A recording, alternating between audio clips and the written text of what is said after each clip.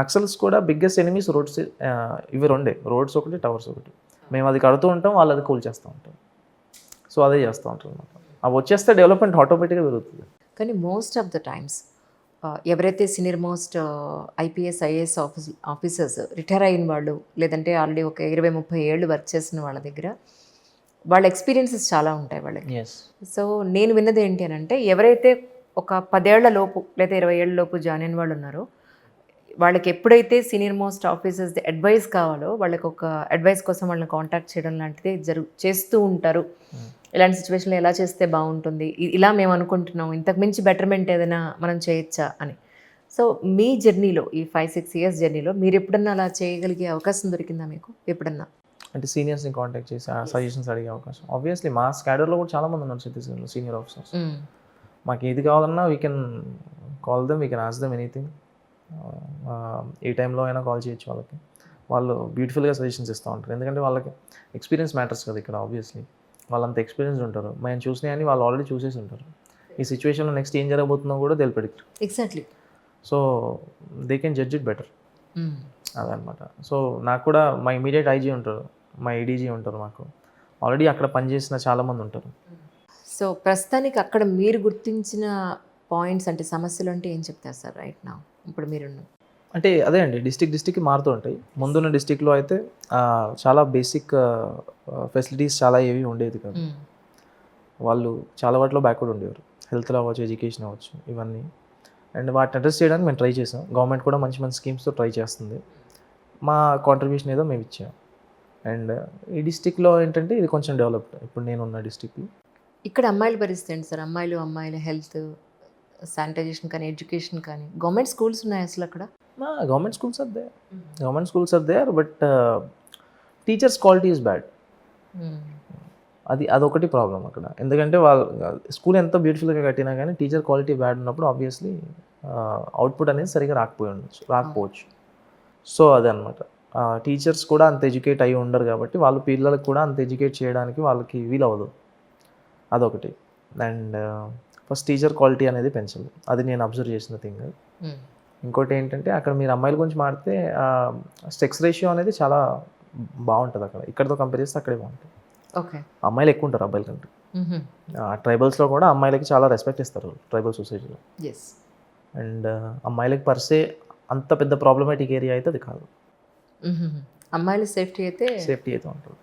కానీ వాళ్ళు అంటే వాళ్ళ జీవన విధానం ఎలా ఉంటుంది యాక్చువల్లీ అక్కడ ఛత్తీస్గఢ్లో? అంటే మేజర్ ఇన్కమ్ సోర్స్ ఏంటి వాళ్ళకి? ఇన్కమ్ సోర్స్ అనేది మైనర్ ఫారెస్ట్ ప్రొడ్యూస్, హనీ అవ్వచ్చు, అడవిలో నుంచి వచ్చే ఫ్రూట్స్ అవ్వచ్చు, డ్రై ఫ్రూట్స్ అవ్వచ్చు, ఈ బీడీ లీవ్స్ అవ్వచ్చు. ఫారెస్ట్ వాళ్ళ లైఫ్ అంతా they live on forest only. They have been living on forest since ages. Oh my god. అంతే. అప్పటి నుంచి వాళ్ళు ఫారెస్ట్ మీదే బతుకుతున్నారు, ఫారెస్ట్ మీదే బతుకుతారు కూడా. ఇప్పుడు చాలా మెడిసిన్స్లో మనం వాడే ఈ ఆయుర్వేదిక్ మెడిసిన్స్లో వాడే చాలా ఇంగ్రీడియంట్స్ అక్కడి నుంచి వస్తాయి. అసలు అక్కడికి వచ్చుంటే చాలా బాగుండేదేమో. నేను అదే అనుకున్నాను యాక్చువల్లీ. ఇప్పటికైనా మించిపోయింది ఏం లేదు. You can come. డెఫినెట్గా సార్, డెఫినెట్గా. ఎందుకంటే ఆ ప్లేస్కి వెళ్తే ఉండే ఆ ఎన్విరాన్మెంట్ కానీ, అంబియన్స్ కానీ వేరుగా ఉంటుంది. ప్లస్ మీరు ట్రీట్ చేసే విధానం, ప్రజలు మిమ్మల్ని చూసే విధానం, అది నేను చూపించాలని అనుకున్నది. But that's good actually. ఇప్పుడు ఇంతకీ హైదరాబాద్ని ఎలా దయచేసి వచ్చారు? దేనికి వచ్చారు తెలుసుకోవచ్చా? అంటే లీవ్ పెట్టి వచ్చారా? లీవ్ పెట్టి వచ్చానండి. దేనికి వచ్చారు? లీవ్ పెట్టి వచ్చాను కాబట్టి నేను ఇంటర్వ్యూ మీరు నాకు చెప్పలేదులేండి. నేను ఎక్కడో స్టేటస్లో చూసి నేను తెలుసుకున్నాను. అన్యాయం కదా, వెళ్ళిపోదాం అనుకున్నారే చెప్పబెట్టకుండా? అలా ఏం లేదు. మేడం ఫోన్ చేసి ఏదో బ్యాచ్ స్టార్ట్ చేయాలంటే వెళ్ళాను. సో వచ్చారు, వెళ్ళిపోదాం అనుకున్నారు కామ్గా? కామ్గా ఏం లేదండి, ఎందుకు మిమ్మల్ని డిస్టర్బ్ చేయడం నాకు. నేను అడిగింది ఇంటర్వ్యూ కోసం సార్. నేనే మిమ్మల్ని డిస్టర్బ్ చేస్తున్నా యాక్చువల్లీ.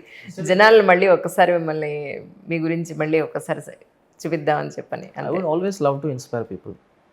అది అంటే అవుతున్నారా లేదా నాకు తెలియదు కానీ ట్రై మాత్రం చేద్దాం. లేదు, డెఫినెట్గా సార్, డెఫినెట్గా. మీరు చేసిన తర్వాత, మీ ఇంటర్వ్యూ తర్వాత కూడా చాలామంది యంగ్స్టర్స్ టువర్డ్స్ టు యూపీఎస్సీ వాళ్ళ ప్రాస్పెక్టివ్ మార్చుకుని అటువైపు ప్రయత్నాలు, అవేర్నెస్ చాలా బాగా పెరిగింది. అంతే తిట్టే వాళ్ళు కూడా ఉన్నారు. ఎందుకంటే 7 వల్ల వచ్చాము దీంట్లోకి, ఇప్పుడు ఏం అవ్వట్లేదు. చాలా మంది ఉన్నారు, నేను అది చూసాను. అంటే మీలో ఎఫర్ట్ పెట్టాలి. అది ఎఫర్ట్ ఆబ్వియస్లీ పెట్టాలి. ఎఫర్ట్ పెట్టకుంటే ఏమీ రాదు. ఇన్స్పిరేషన్ ఒక వ్యక్తి ఉండొచ్చు డెఫినెట్గా, బట్ కానీ వాళ్ళు ఎంత ఎఫర్ట్ పెడితే ఆ స్టేజ్కి రాగలిగారు అనేది వీళ్ళకి ఆ బర్నింగ్ ఉంటే డెఫినెట్గా అవుతారు. ఒప్పుకుంటారా మీరు? ఆబ్వియస్లీ అండి, ఎఫర్ట్ పెట్టకపోతే ఏది రాదు కదా. ఎవరో చెప్పారని చెప్పి దాంట్లోకి వెళ్ళిపోతే అది ఆ సక్సెస్ అయిపోయాడంటే మీరు అవుతారని రూల్ లేదు కదా. అంత ఎఫర్ట్ పెట్టారు, అంతకంటే ఎక్కువ పెట్టాల్సి వస్తుంది చాలాసార్లు. ఇప్పుడు యూపీఎస్సీ పేపర్ చూస్తే ఇట్ ఈస్ గెటింగ్ టఫర్. ఈ ఇయర్ పేపర్ చూసారా? చూశాను, it is getting టఫర్. Cut off కూడా ఇట్ ఈస్ గెటింగ్ రెడ్యూస్డ్ మాతో కంపేర్ చేస్తే ఈ ఇయర్. ఎందుకంటే అందరి దగ్గర ఫోన్లు వచ్చేసాయి, నాలెడ్జ్ అనేది డెమోక్రటైజ్ అయిపోయింది, ప్రతి ఒక్కరికి ఈక్వల్గా నాలెడ్జ్ ఉంటుంది. సో పేపర్ సెట్ చేసేవాడికి కూడా కష్టమే కదా.